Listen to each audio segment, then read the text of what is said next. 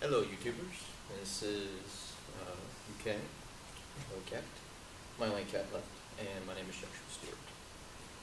Oh, what funny. I'm going to show you guys what I know about these. A lot of people out there just using them for fun.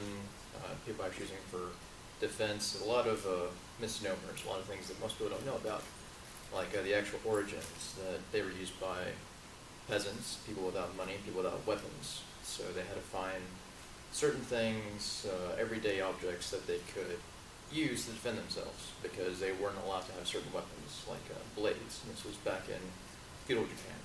But these are nunchakus. We call them nunchucks. A lot of new things use that name now, like the Wii, most modern movies, some older movies as well. But Nunchaku, I'm probably pronouncing that incorrectly, but it doesn't matter. This is everything that I know about these is self-taught. I had never gone to a class. I got these after I dropped out of my really pathetic karate class here, right in the vet. But I'm going to show you what I know, the little basics about it. I don't know all the parts on it, but these are practice ones. These are foam. But it's not going to hurt. It is chain. This is not a rope one. So the chain is called something differently, but I don't know what it's called. But what you see in the movies, all that swinging and everything else, is not usually what like a modern, most practical way of using it, because even though when you start twirling these, like so, the tip of a nunchuck can go at very, very high speeds, and that's what makes them really deadly for a really simple object. But normally if law enforcement's using them at all, it's for defense and grabs. That was not the correct way of doing it, but that's what we use these for, not the Bruce Lee, everything else like we normally see people using these for. That was bad. Okay. This is a normal stance. Like this is normally where you want to go to if you're ever using these, because from here you can do two different strikes, and I'll explain why that's important. You can do the overhand. I can grab it, and you can do underhand. Let me try that. Underhand. And the reason why that's important is because your opponent has to think on their feet. They have to either block from the top, or they block from the bottom. And if they're fighting me, they'll probably do really well because I can't grab it.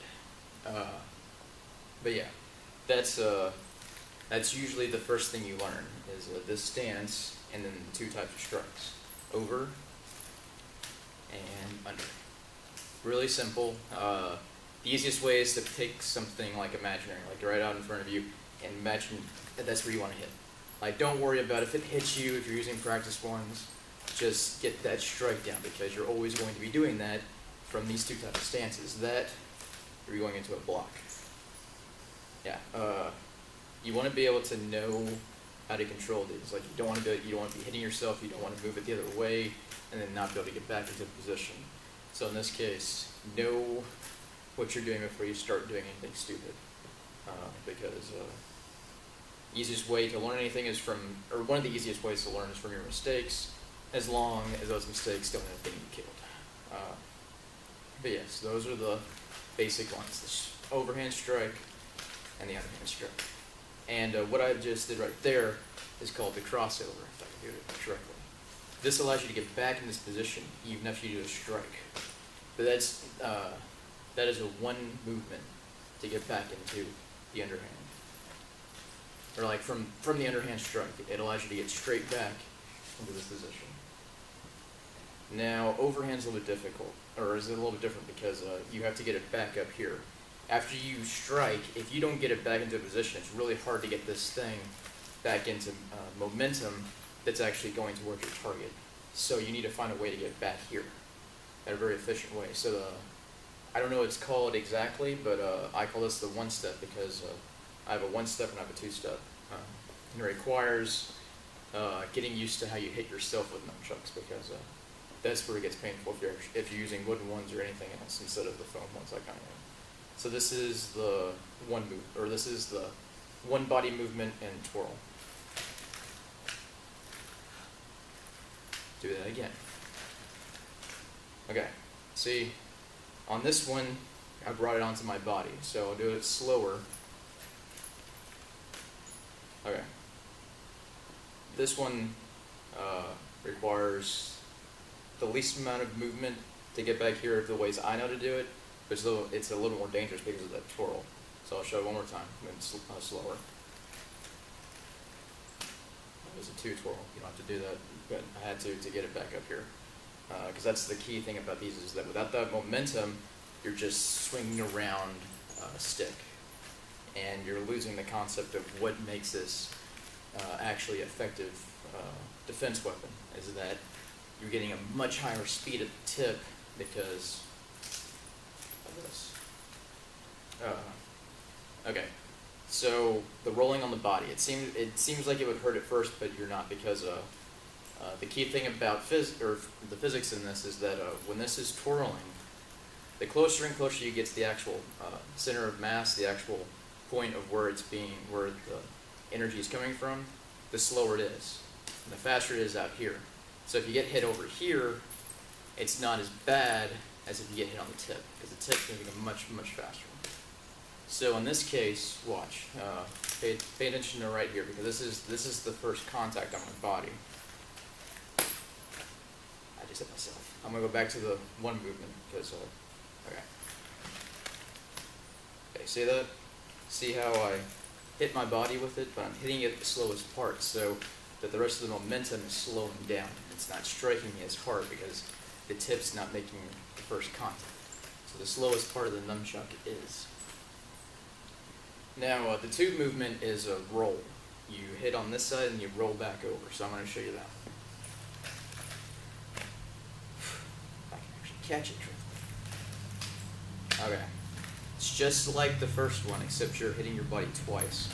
This is the one you normally see in movies, like to make it all fancy, even though it takes a little bit longer to get back up. So slower, roll, roll, back up. I should have shown this one first, so I'll probably add this in first. But another thing, like that key point, the actual twirling, you need to get that down because you don't want to be hitting yourself when you're just trying to maneuver the nunchuck like it's supposed to be maneuvered. So this one's like a simple side strike. It's also where you get back up, but it's a 2 twirl. So 1, 2. See? You have the strike, then you have a twirl to get it back up onto yourself. Because if you don't have that twirl, well, the extra twirl is actually just for, that's the movie twirl, because like I just did, you can bring it back up without doing that twirl. But you normally see people do that twirl to get it back up. Same thing with the stick in general. You can also do, I think they call it the figure 8. I don't know what they call it, but it looks like this. It's a little, if you're not used to actually doing this, you gotta be careful because the end of the nunchuck, depending on how you're holding this, the actual part in your hand, depends on where this is going. So like, if I hold it with the tip of my fingers, it's different than if I'm holding it solid like that. So that can affect, I think what this is called is a figure 8. This is what it looks like.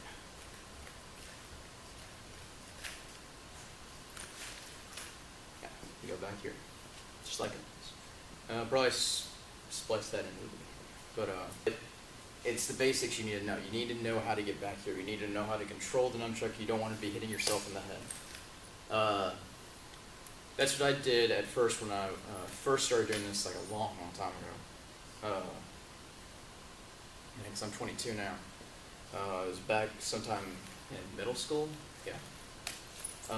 Is that I always had the hand that wasn't holding the nunchuck. I was always guarding, just because I hit myself in the head far too many times. Even when it wasn't coming towards me in that direction, I still guard, even though it doesn't really make any sense. You need to be guarding in the direction that you're twirling. Try to remember which moves that actually caused me to have that problem, because most of these, now that I know how to control them, they don't have anymore, so I can't show you how I messed up. Yeah, I don't remember how I messed up.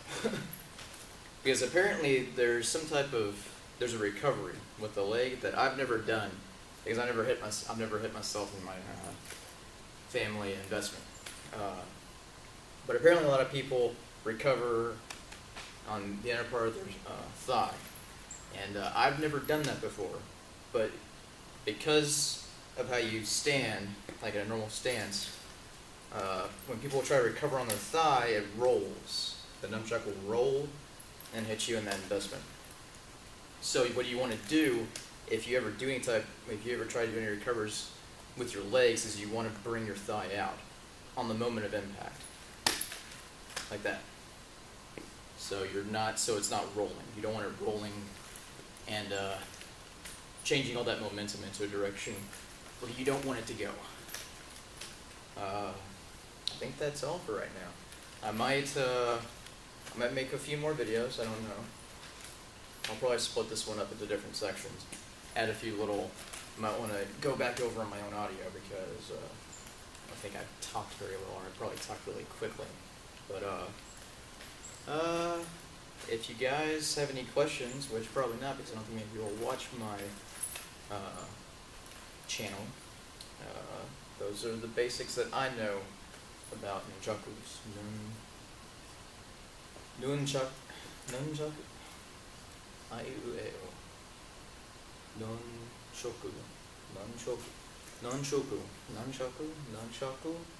Nunchaku. Nunchaku. Nunchaku. Nunchaku. Nunchaku. I do not remember how to pronounce it. But yes, those are the basics. You have overhand strike, underhand strike, underhand strike and catch, underhand strike and catch, pass over, which is all underhand. Pass over, pass over. Remember, all these are still strikes. Like, pass over might look cool, but you also need to remember that this is, unless it's just for fun, just to show off, these are actual strikes. Like, these have a purpose. These aren't just show off. Like, if there's someone in front of you, strike. If you're going to think they're going to block from the top, because that's what they're used to. If you think they're used to blocking from below, then you strike that way. My left hand's not as good, so I'm going to try to do the two-touch on my left hand. Okay. You also don't need to grab it either. As long as you can control it, you can do it with one hand. That's why they have two-handed nunchuck, or using two nunchucks at the same time. It's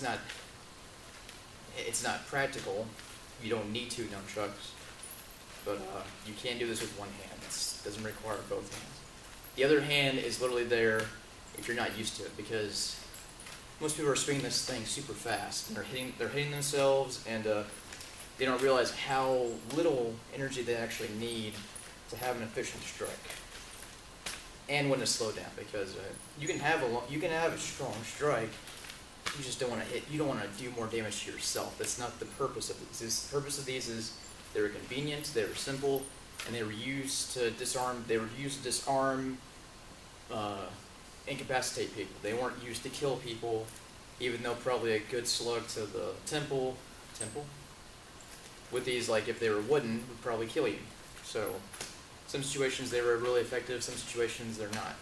And it's just better off to go for the block and not do all the fancy twirling or everything else, because it's pointless. It's not doing anything. The only thing that it's really doing is it's confusing your opponent. But if they can get a strike in at any of these times that I'm vulnerable, which is why they don't use this one, because I have all this space where they can do stuff to me. So this one is more, because that one you can even do understrike. There you go, understrike. And hitting myself. So yeah. That's what I know. Hope you guys enjoyed that. Hopefully I can edit this so it looks better, but there you go. Peace out, guys.